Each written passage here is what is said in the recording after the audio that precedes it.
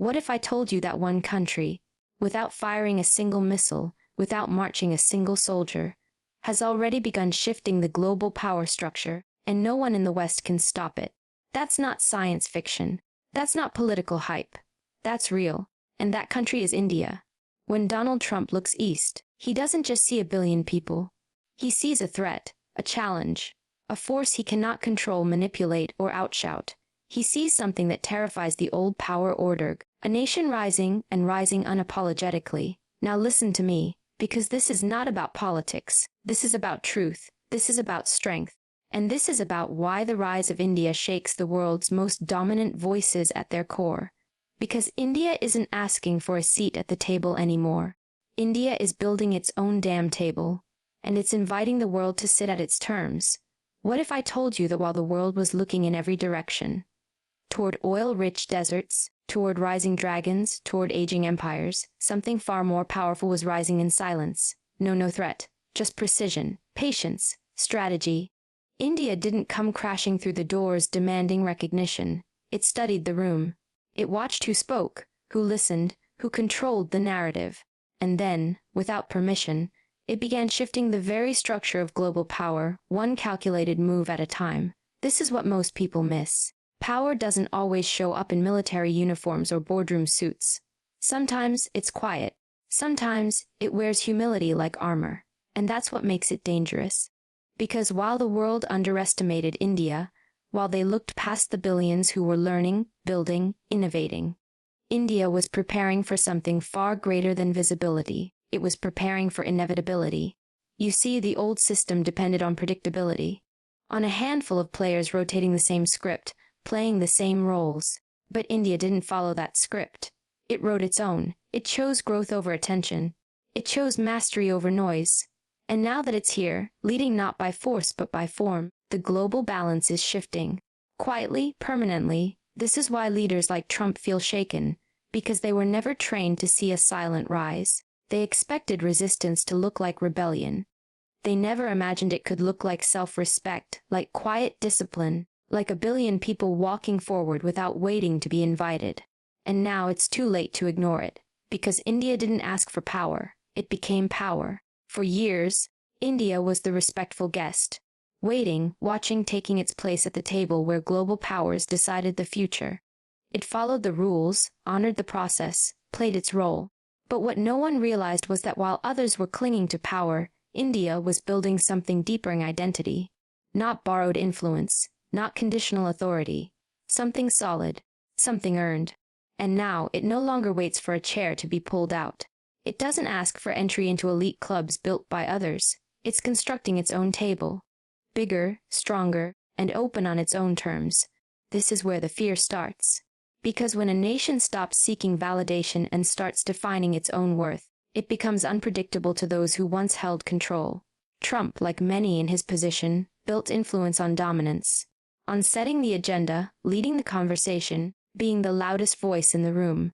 But India isn't trying to outshout anyone. It doesn't need to. It has something far more powerful. Clarity. Clarity of purpose. Clarity of vision. Clarity that says, we are not here to follow your script. We are here to lead by example. This shift, this refusal to beg for inclusion, isn't just bold. It's revolutionary. Because power that comes from invitation can be revoked. But power that comes from within, that's permanent. India isn't positioning itself to be the next superpower in someone else's game. It's changing the game entirely. And that's what shakes the ground beneath those who once believed control was theirs by default. They're watching a nation rise. Not by breaking down doors, but by building its own house. And the world is noticing, not because India demanded attention, but because it no longer needed it. Look at the numbers. They don't lie. India is the fastest growing major economy on the planet. But this isn't just about GDP curves or economic forecasts. This is about direction, intent, purpose. While others are trying to recover or hold ground, India is accelerating. And it's not doing it recklessly. It's doing it with precision. Every policy, every trade decision, every diplomatic move. It's all part of a long game that most people still can't see. What scares power players like Trump isn't just the growth itself. It's that the growth is strategic. India isn't throwing its weight around. It's studying, planning, executing. It's investing in its infrastructure, in clean energy, in digital innovation. While the world argues about inflation and stagnation, India is quietly building resilience. And that's the kind of growth that doesn't just make headlines. It changes history. The West is used to growth driven by consumerism, debt, and short-term wins. But India is playing a different game. It's leveraging scale, intelligence, and human capital like a weapon. It's turning its population into a strength, not a burden. It's turning every setback into a lesson, every limitation into an opportunity. This is the rise that rattles traditional power centers. Because it's not chaotic. It's controlled. It's not loud. It's deliberate. India's economy isn't just growing. It's evolving into something sustainable, sovereign, and shock-proof. That's the kind of growth no one can sanction, no one can destabilize. That's what global superpowers fear the most. Not explosions, not protests, but a nation that is winning by being smarter, not louder. There's one number that changes everything: the age of the people. India has the youngest population on Earth. That means while the rest of the world is aging, slowing, bracing for decline, India is gaining speed, momentum, vitality. You want to know why that terrifies global power players like Trump? Because youth equals time. Youth equals energy. Youth equals a future that's not just unfolding. It's being shaped. This isn't just about demographics. This is about dominance over decades. When your country is full of 20-somethings, it means your workforce is alive, your innovators are hungry, your students are still evolving, still reaching. While other nations are scrambling to fund retirement and preserve crumbling systems, India is investing in ideas, education, and the raw force of ambition. And here's the truth, and you can't compete with that. You can't negotiate with time. You can't out-lobby the next generation. You can't silence a billion young voices that are not begging to be heard. They're already building platforms of their own. This is what makes India's rise unstoppable. It's not just powered by history. It's powered by youth. A youth that isn't jaded. A youth that doesn't carry the weight of empires lost or wars drag out. True strength, a youth that's bold enough to question the old order and skilled enough to build something new. And that's what shakes the foundation of those clinging to past power. Because they're running out of time. But India is just getting started. Forget tanks. Forget boots on the ground. The next war isn't going to be fought with bullets. It's going to be fought with bandwidth, with code, with satellites. And guess who's already there? India. While others flex their muscles in outdated ways, India has planted its flag in the future: tech, AI, green energy, and space. This is what so many leaders, including Trump, fail to understand. Real dominance isn't about the size of your army. It's about who controls the tools that shape tomorrow. And India is quietly taking the lead. It's launching satellites faster than most countries can build them. It's developing homegrown AI that doesn't just follow Western algorithms. It competes with them, and it's doing it all without arrogance, without noise, just discipline and focus. In Bangalore, kids are coding solutions to global problems before they're even out of college. In Hyderabad, startups are scaling globally without ever setting foot in Silicon Valley. India isn't copying the West. It's becoming the alternative to it. A new center of innovation, one that isn't driven by ego, but by purpose. And let's not forget green energy. While the so-called superpowers argue over climate deals, India is building solar farms, investing in electric mobility, reducing dependency. Not for headlines, but for survival, for sovereignty. Because that's the difference. Others innovate to dominate. India innovates to liberate. It's taking control of its own future, one breakthrough at a time. That's why the world is watching. That's why Trump is rattled. Because this isn't just a country playing catch-up.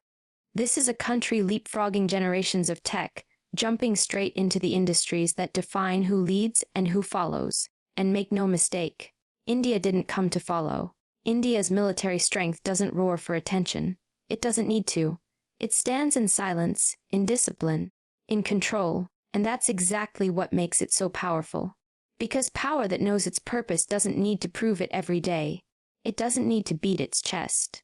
It just is. And when leaders like Trump look toward India's defense posture, what unsettles them isn't what India is doing. It's how India is doing it. India's military isn't built on intimidation. It's built on intention. Every move, every test, every new piece of technology is a message: we will protect what is ours. We will not be provoked, but we will never be overrun. That kind of calm, that kind of restraint, it's not weakness. It's the highest form of control. And control, especially under pressure, is what terrifies those used to ruling through chaos.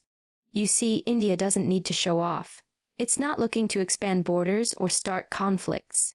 It doesn't need a global military presence on every continent to prove it belongs. What it's doing is far more threatening to traditional powers. It's securing itself with quiet strength, not flashy, not reckless, but measured and deeply strategic. That's the kind of force that doesn't fade with headlines. That's the kind of force that lasts. Take a look at how India is developing its military capacity. It's not buying second-hand equipment and calling it progress. It's building, innovating, producing its own aircraft, its own naval ships, its own missile systems. It's becoming self-reliant in a space where dependency used to be a trap. The world is watching India launch hypersonic missile tests and space-based defense initiatives. It's watching India become one of the few nations with nuclear capabilities paired with the maturity not to flaunt it. And that balance, that precision between capability and restraint, is what rattles the old power structures. Because when you're used to dealing with nations that either collapse under pressure or explode with emotion, facing a force that doesn't move unless it has tog, that's a different kind of threat altogether.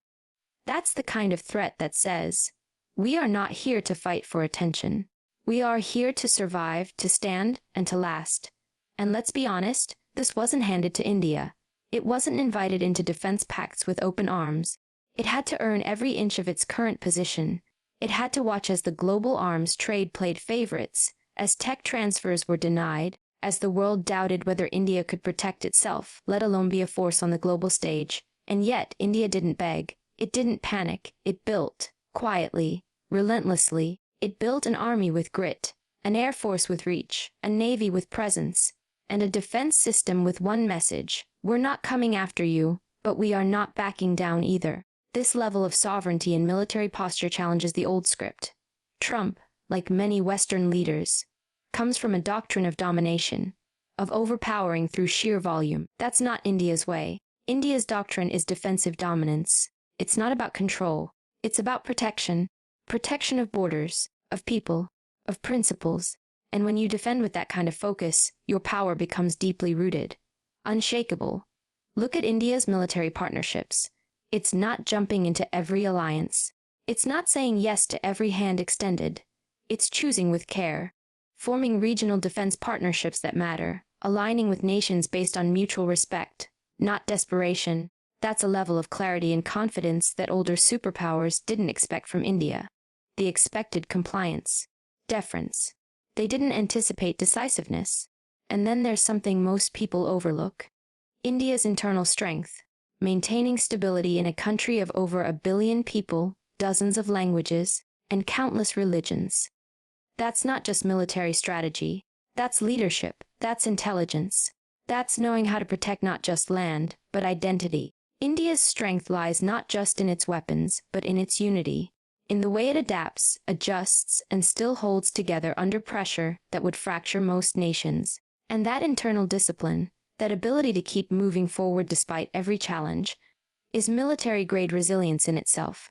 So when critics try to box India in, when they say it's not aggressive enough, or doesn't project enough power, what they're really saying is this: India isn't playing the old game. And that's what terrifies them. Because a nation that doesn't seek dominance, that doesn't react emotionally, and that's not tied to the ego of empire, that nation is impossible to manipulate. It cannot be baited. It cannot be controlled. This is what Trump sees when he looks at India. He sees a power that doesn't flinch, a government that doesn't need to make every decision for applause, a military that is growing in silence, but growing with purpose. He sees a threat not because India is coming for the West, but because India is no longer dependent on the West. And maybe that's the most terrifying thing of all to those who built their empires on the assumption that everyone else would need them forever. India doesn't. Not for its defense, not for its dignity, not for its place in the world. India's rise in military strength is not about conquering the world and its pride, and it's doing it the way real power does. Without noise, without fear, and without asking for permission. Power isn't always in the punch. Sometimes it's in the presence. It's in the way a nation walks into the room and everyone already knows who they are, without a word. That's India's soft power. And it's the kind of influence that doesn't need to be declared, because it's already embedded in culture, in memory, in the way the world lives its everyday life. You can ban products, you can cut off trade routes, you can try to control the narrative. But how do you stop something that lives in the mind, in the body, in the soul? You can't, and that's what terrifies power figures like Trump. Because India's influence is not just external, it's internalized. It's in the yoga practiced in every major city around the globe. It's in the turmeric latte served in Western cafes as a wellness trend. It's in the mantras people chant before big meetings, the movies they quote, the philosophy they don't even realize they've adopted. That's the silent invasion no one can stop. India doesn't need to broadcast its greatness. It's already in your playlist, your pantry, your meditation app. And it didn't get there through domination. It got there through invitation. The world asked for India long before it realized what that meant. And now that the influence is undeniable, now that it's everywhere, some are trying to pull back. To control it, label it, contain it. But how do you contain something that's spiritual, cultural, and global all at once? This is where India's true power lies. It's not in warships, it's in wisdom. It's not in sanctions.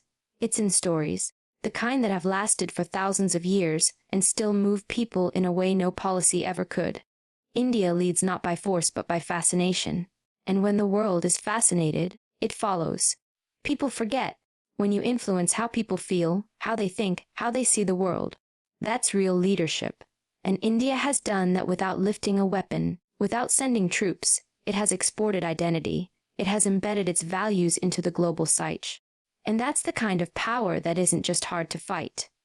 It's impossible to even recognize until it's already changed you. So while Trump plays the old game of visibility and volume, India is winning with resonance. It's building quiet loyalty in people who've never even been to India. Loyalty to ideas, to traditions, to values that aren't forced, but freely adopted. And make no mistake, this isn't just cultural decoration. It's strategic. Because when a country's influence becomes desirable, it becomes untouchable. You can threaten a government, but you can't cancel culture. You can't delete meaning. You can't dismantle legacy. That's the power of India's soft dominance. It doesn't crash the gate, it gets welcomed in. It gets celebrated. It gets chosen. And once something is chosen by the people, it becomes far more dangerous to traditional control than any weapon ever could be. So, when the West looks at India and asks, where did this global pull come from? The answer is simple. It came from within. From who India already was, long before the world was ready to see it. And now, there's no turning back. Because you can fight armies, but you can't fight the ideas people have fallen in love with. There's something deeply unsettling to old power systems about a country that refuses to imitate them. Because imitation is easy to control. When you copy, you follow. When you follow, you're predictable.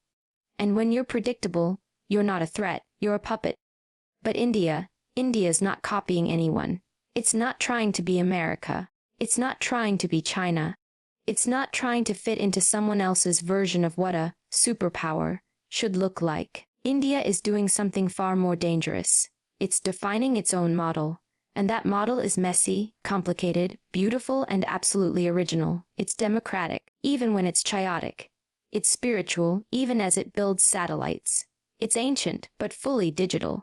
It holds 1 billion people together not through uniformity, but through unity. You want to talk about real strength. That's it. Holding it all, languages, castes, religions, regions, and still moving forward with a shared sense of destiny. That's not weakness. That's power most people can't even comprehend. Trump and others like him are used to nations choosing sides. Either you follow the Western model, or you don't get a seat at the table. But India's not choosing. India is the table. It's saying, we don't have to be either or. We can be both. We can be modern and rooted. We can believe in God and in quantum physics. We can carry a prayer on our lips and code on our fingertips. And that's what they can't understand. Because it breaks every rule the old world order depends on. India's success doesn't look like anyone else's. It doesn't need to. It's not clean-cut. It's not polished for Western approval. It's real. And it's working. Because it's built on endurance, not appearance. You can't outlast something that's been around for 5,000 years and has learned how to bend without breaking. And that's what makes India so dangerous to outdated global powers. It doesn't want to replace them. It wants to transcend them. There's no script to follow. No empire to mimic. No Western blueprint to trace. India is writing its own playbook. And that means no one knows what the next move will be. That unpredictability, that's what shakes the ground. Because you can't prepare for a competitor who doesn't play by your rules. So when India rises, it rises on its own terms. And that kind of rise isn't just powerful. It's undeniable. It's the kind that can't be discredited or denied. It forces the world to redefine what power actually looks like. Not uniform, not imperial loud, but diverse, ancient, humble, fearless. That's the real threat. Not a new version of the same old empire, but a completely different force. One that's not trying to fit in because it already belongs. India isn't here to compete within a broken framework. It's here to rebuild the framework, to offer an alternative. And once the world sees that this new model works, they're going to start choosing it, following it, embracing it. And that's when the old power structures truly start to crumble. Not from war, but from irrelevance. Here's what rattles the old guard more than anything else. India doesn't need anyone to validate its power. It doesn't seek approval. It doesn't ask for permission. And that's where the fear kicks in. Because the moment a country no longer relies on external systems to define its value, it becomes uncontrollable. And to someone like Trump, who thrives on leverage, control, manipulation, that's terrifying. India isn't afraid to say no. No to foreign pressure. No to biased trade deals. No to narratives that diminish its reality. It doesn't collapse under criticism. It doesn't chase handshakes that cost its dignity. And it certainly doesn't apologize for putting its interests first. That kind of independence makes traditional power players nervous. Because it's hard to negotiate with a country that doesn't need what you're offering. It's hard to intimidate a force that refuses to operate from fear. India's foreign policy isn't reactive. It's deliberate. It's balanced. While other countries pick sides, India defines its own. While the world gets caught in black and white politics, India plays in the gray space. And wins. It works with the US when it benefits its people. It talks with Russia when it serves its strategy. It partners with the global South because it remembers where it came from. That's not disloyalty. That's leadership. And when a nation leads from its own compass, not someone else's playbook, it becomes nearly impossible to corner. Trump and leaders like him are used to transactional politics. They're used to dominance through deals, through pressure, through noise. But India doesn't trade in noise. It trades in non-negotiables. It stands firm on what matters: sovereignty, dignity, tradition, future. And it's not afraid to walk away from any table that tries to make it choose between identity and influence. And here's the deeper truth. India has learned the hard way. It's faced colonization, exploitation, decades of being underestimated, overlooked, even mocked. But instead of chasing vengeance, it chose vision. It chose to rise, not with resentment, but with resolve. And now, that clarity has turned into a shield. One that can't be cracked by sanctions, one that won't bend to fear-mongering. When a nation like India no longer flinches, when it no longer feels the need to explain itself or justify its strength, that's when the old power brokers get nervous. Because you can't bargain with confidence. You can't overpower purpose. You can't scare a country that remembers surviving worse. And maybe that's what the world's been afraid of all along. Not just India's potential, but its independence. The realization that it doesn't need to rise under someone else's wing. It's soaring on its own. And nothing is more dangerous to control than a nation that's truly free. This is what makes India the most dangerous kind of superpower. It's not trying to become someone else. It's not scrambling to fit into a Western mold. It's not chasing validation through imitation. It's rising as itself. And in a world full of copycats, that kind of originality is revolutionary. It breaks the pattern. It disrupts the hierarchy. It terrifies the powerful, not because it's aggressive, but because it's authentic. India doesn't lead with ego. It leads with identity, with 5,000 years of civilizational memory running through its veins, with a sense of purpose rooted not in recent success, but in timeless resilience. That kind of power doesn't burn out. It doesn't collapse under pressure. It grows deeper the harder you push against it. And right now, that's what leaders like Trump are struggling to understand. India isn't just strong, it's stable. And that's what makes it unstoppable. You can debate policies. You can criticize leaders. But when a nation's rise is rooted in who it actually is, not who it's pretending to be, it becomes untouchable. India doesn't swing from one identity to the next. It doesn't adopt trends to stay relevant. It defines relevance. It takes its own culture, its own values, its own voice, and brings them to the global table, unfiltered. This isn't temporary momentum. This is foundational shift. Because India's rise isn't driven by external hype. It's driven by internal certainty. And that makes it immune to the cycles that bring down artificial empires. While others are exhausting themselves maintaining the illusion of power, India is becoming the reality of power. And there's no act, no campaign, no spin that can compete with that kind of quiet dominance. And here's what the world is slowly starting to realize. India doesn't need to replace anyone to matter. It's not trying to be the next America. It's not challenging China on their terms. It's building a lane that's wide enough to carry everyone who believes in freedom, in culture, in the balance of tradition and progress. It's becoming the anchor in a world that's spinning out of control. And when you become the anchor, you don't need to scream. You just hold steady. You become the thing others cling to. That's what makes India's rise so disruptive. It's not loud. It's consistent. It's not flashy. It's grounded. It's not chasing headlines. It's shaping history, slowly, silently, but absolutely. And the fear that grips the traditional powers is this. Once the world sees that this model works, that a country can be proud of its roots, speak its truth, build its economy, defend its values, and still lead, then the old rules no longer apply. India is proving that you can rise without erasing who you are. That you can lead without dominating. That you can be a global force without losing your soul. And that's what shakes the foundation of power built on pretense. Because you can't outlast truth. You can't outmaneuver authenticity. You can't silence a future that's already here. And India, it's not asking you to move aside. It's just moving forward, with or without you. So now you see why India's rise isn't just a shift in global power. It's a reckoning, not with force, not with fear, but with absolute clarity about who it is and where it's going. That's what shakes the foundations of the old world order, not war truth, not imitation, identity, not domination, discipline. India isn't rising because someone handed it a chance. It's rising because it built one. Step by step, decision by decision, standing firm in the face of pressure, noise, and expectation.